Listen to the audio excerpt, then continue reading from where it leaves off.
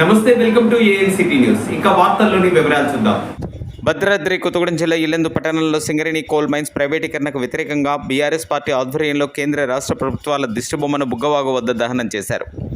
అనంతరం TBGKS BRS party నాయకులు మాట్లాడుతూ కార్మికుల కష్టాన్ని కాలరాస్తున్న ప్రభుత్వాలు ప్రైవేటీకరణను ఆపాలని డిమాండ్ చేశారు. కార్యక్రమంలో సీనియర్ నాయకులు దిండిగల రాజేందర్, సిల్వేర్ సత్యనారాయణ, టీబీజీకేఎస్ నాయకులు జాఫర్ హుస్సేన్, డేరంగుల పోషం, సింగరేణి కార్మికులు పాల్గొన్నారు.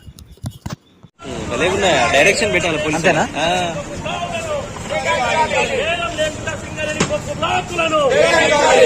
లేకుండా సింగరేణికి బొక్కు బ్లాకులను లేకుండా సింగరేణికి బొక్కు బ్లాకులను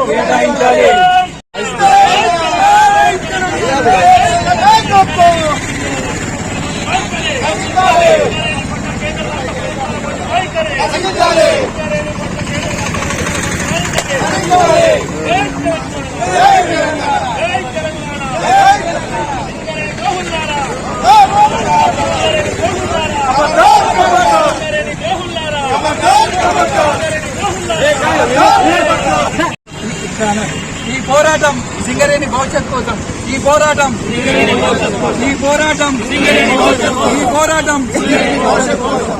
పోరాటం జై తెలంగాణ. కేసీఆర్ గారి నాయకత్వం, కేటీఆర్ గారి నాయకత్వం. ఎలక్ట్రానిక్ మీడియా, ప్రింట్ మీడియా మరియు ముఖ్య అతిథులు, ఉద్యమకారులు, జిల్లా గ్రంథాలయ శాఖ చైర్మన్ దిండిగల రాజేంద్రన్న గారికి మరియు అందరి కార్యకర్తలకు, శ్రేయోభిలాషులకు మరియు మా మిత్రులకు అందరికీ పేరు పేరున ఉద్యమ వందనాలు. అలాగే ఈరోజు మొహర్రము నెల ఇది నడుస్తుంది.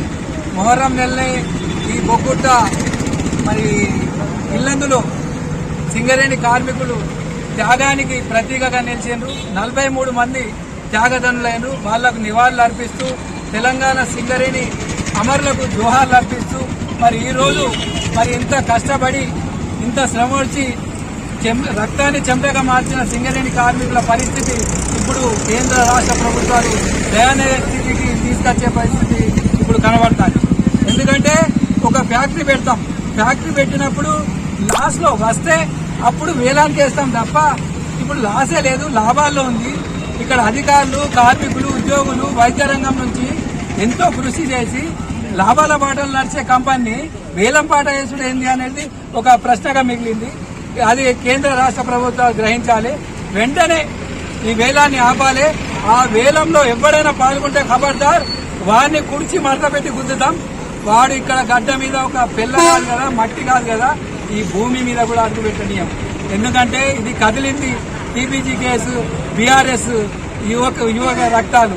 కాబట్టి ఈ వేలాన్ని వెంటనే సంబంధించుకొని 17A ఆర్టికల్ ప్రకారం సింగరేణికి చెందినవలసిన ఈ బొగ్గు వేలను ఆపేసి ఈ సింగరేణికి కేటాయించాలని ఈరోజు రాష్ట్ర కమిటీ ఇచ్చిన కేటీఆర్ గారు నాయకత్వంలో ఇచ్చిన ఈ పిలుపు, మిర్యాల రాజిరెడ్డి గారు ఇచ్చిన పిలుపు మేరకు ఈరోజు కేంద్ర రాష్ట్ర మొండి వైఖరిగా ఇవాళ కేంద్ర రాష్ట్ర ప్రభుత్వాల దిష్టి బొమ్మను కాలబెట్టడం జరిగింది.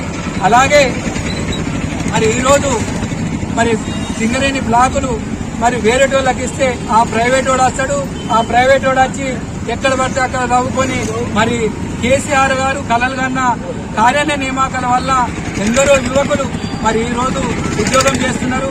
వాడు ప్రైవేట్ వాడు వచ్చి మరి ఆ బొగ్గును తక్కువ ధరకే అమ్మేసి మరి ఈరోజు సింగరేణిని నిర్వీర్యం చేయడానికి పూనుకున్నారు. ఎందుకంటే సబ్కా వికాస్, సబ్కా సాథ్ అని మరి కేంద్ర ప్రభుత్వం చెప్తాంది. మరి ఇదేనా సబ్కా సాథ్, సబ్కా వికాస్ ఇదేనా? మరి రాష్ట్ర ప్రభుత్వం కూడా మరి మౌనం పఠిస్తూ గోడ మీద పిల్లి లెక్క ఇటు అటు దోగులాడుతోంది. మరి ఆ రోజు 6 గ్యారెంటీలు ఇచ్చారు, ఆ గ్యారెంటీలు తొంగల తొక్కేశారు, 420 వాగ్దానాలు తొంగల తొక్కేశారు.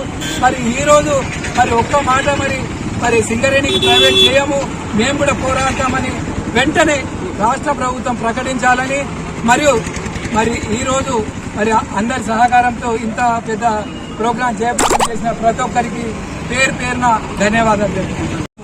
140 సంవత్సరాల చరిత్ర ఉన్నటువంటి సింగరేణి కాలరీస్ దాదాపు 40,000 మందికి ప్రత్యక్షంగా, లక్షలాది మందికి పరోక్షంగా జీవితాన్ని ఇస్తున్నటువంటి సింగరేణి కాలరీస్ సంస్థను నిర్వీర్యం చేసేందుకు కేంద్ర రాష్ట్ర ప్రభుత్వాలు కుట్ర పన్ని ఈ బొగ్గు బ్లాక్లను బహిరంగ మార్కెట్లో వేలం వేసేందుకు ప్రయత్నం చేస్తున్నారు. గత సంవత్సరం మన దగ్గర ఉన్నటువంటి కోయగూడెం OC3ని కూడా ఒక కంపెనీ వేలం పాటలో పాల్గొని దక్కించుకోవడం జరిగింది. ఆ రోజు ఉన్నటువంటి మన తెలంగాణ రాష్ట్ర తొలి ముఖ్యమంత్రి గారు ఒక బొగ్గు పెల్లగాదుగా మట్టి కూడా ముట్టనియకుండా, ఇక్కడికి రానివ్వకుండా నియంత్రించడం జరిగింది. కానీ మళ్ళా కేంద్రంలో బీజేపీ తిరిగి అధికారంలోకి రావటం, మన రాష్ట్రంలో కాంగ్రెస్ ప్రభుత్వం పరిపాలనకు రావటం, వీళ్ళిద్దరూ కలిసి ఇవాళ తిరిగి బొగ్గు బ్లాక్ల వేలం కార్యక్రమం నిర్వహిస్తున్నారు. దాన్ని మేము తీవ్రంగా తెలంగాణ ప్రాంతంలో బిడ్డలుగా మేము వ్యతిరేకిస్తున్నాం. దాన్ని ఖచ్చితంగా మేము అడ్డుకుంటామని చెప్పి ఈ సందర్భంగా హెచ్చరిస్తున్నాం. కేంద్రంలో ఉన్నటువంటి ప్రధాని మోడీ, అదేవిధంగా మన రాష్ట్ర ముఖ్యమంత్రి రేవంత్ రెడ్డి గారు వెంటనే స్పందించి సింగరేణికి ఎటువంటి వేలంలో పాల్గొనకుండా డైరెక్ట్ గా బొగ్గు బ్లాక్ కేటాయించాలని డిమాండ్ చేస్తున్నాం.